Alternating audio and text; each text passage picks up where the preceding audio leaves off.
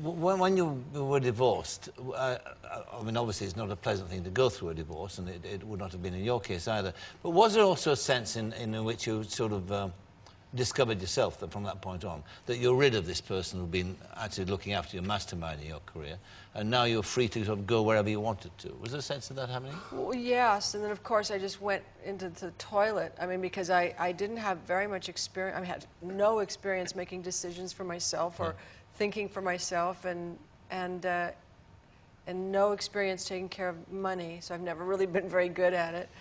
And but it was, you know, I was fine to have the relationship that we had, where he just was the boss and took all the responsibilities, and I just did the work that I did until I had my daughter. And then after I had my daughter, I really kind of started to grow up in a small way.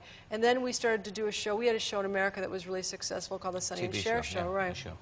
And when we started the Sonny and Cher show, it was the first time I was really a full partner, kind of, you know, and because the show came really easily to me. And so things started to change, and people thought that maybe I left him because, you know, I felt that I could succeed without him, but that really wasn't the truth at all, because I still had no confidence that I could succeed. It just was that I couldn't live like a child any longer. And what effect did his sad death have on you? It was about a couple of years ago now, isn't it? Oh, it was, I mean, it was really devastating. I think because I just thought we'd always be able to argue, and that, you know, that would just be the way it was. There was always us, there was always Sonny and Cher, and it just never occurred to me that he wouldn't be there.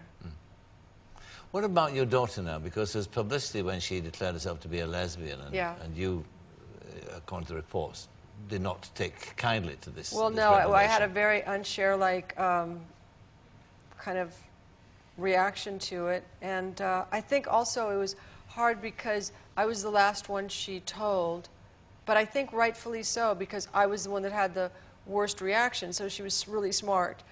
But it took me about, I don't know, a month to really... But what I can't understand, you had this huge gay following. You have lots of gay friends. And gay friends. Of course you do. And then, but because your daughter declares she's gay, all of a sudden you become have a different attitude toward it. I think, first of all, it made me question everything about being a mother. About, oh, if I'd only baked more cookies, you know, if I hadn't had a career, and if I'd done this, and I felt a tremendous amount of guilt. And I also felt badly because I thought, oh, now, because she is my daughter, they're just going to hound her unmercifully. This is such a hard life choice for her because of me. And so I just thought, oh, this is just going to be so hard. This is going to be such a hard choice for her. I think I took it, and I think a lot of the gay community took it, is actually that it was very brave of you, because no one questions that you are gay-friendly, or whatever word you want to use about it. And so many people in similar circumstances might have been all lovely in public about how gorgeous and pleased they were, but then in private being horrible. But you were just being honest. You were just saying it isn't that straightforward a thing if you're a mother. And I think any gay person can understand that. That's why what did your parents say when you told them? I think they'd known for such a long time for some reason. I mean, it wasn't, you didn't have to go and say, oh, by the way, Mum and Dad, do No, know I think that... my first words as I was being born was I looked up at my mother and said, that's the last time I'm going up one of those.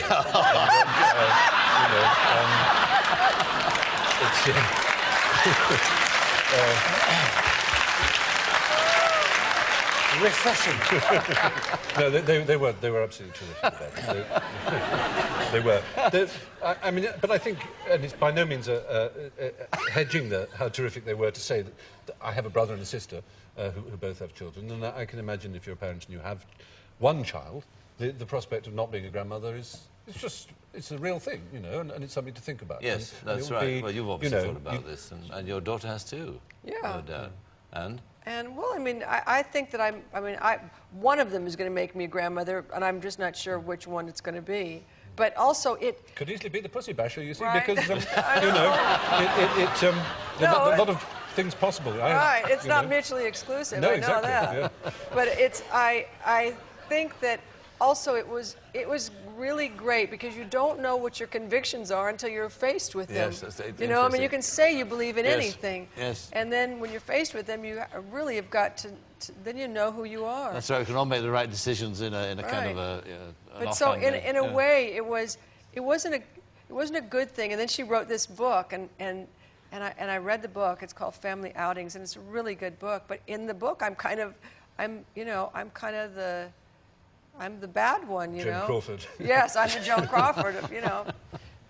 And she said, no, Mom, this is what's going to make it so great because people are really going to be able to relate to this and it's going to really help kids. And then she and I went on tour. We did Oprah and we did all these shows and it was great. You know, it was really great. I mean, I wished I'd had a different reaction, but that's the reaction I had and so that's the reaction I lived with.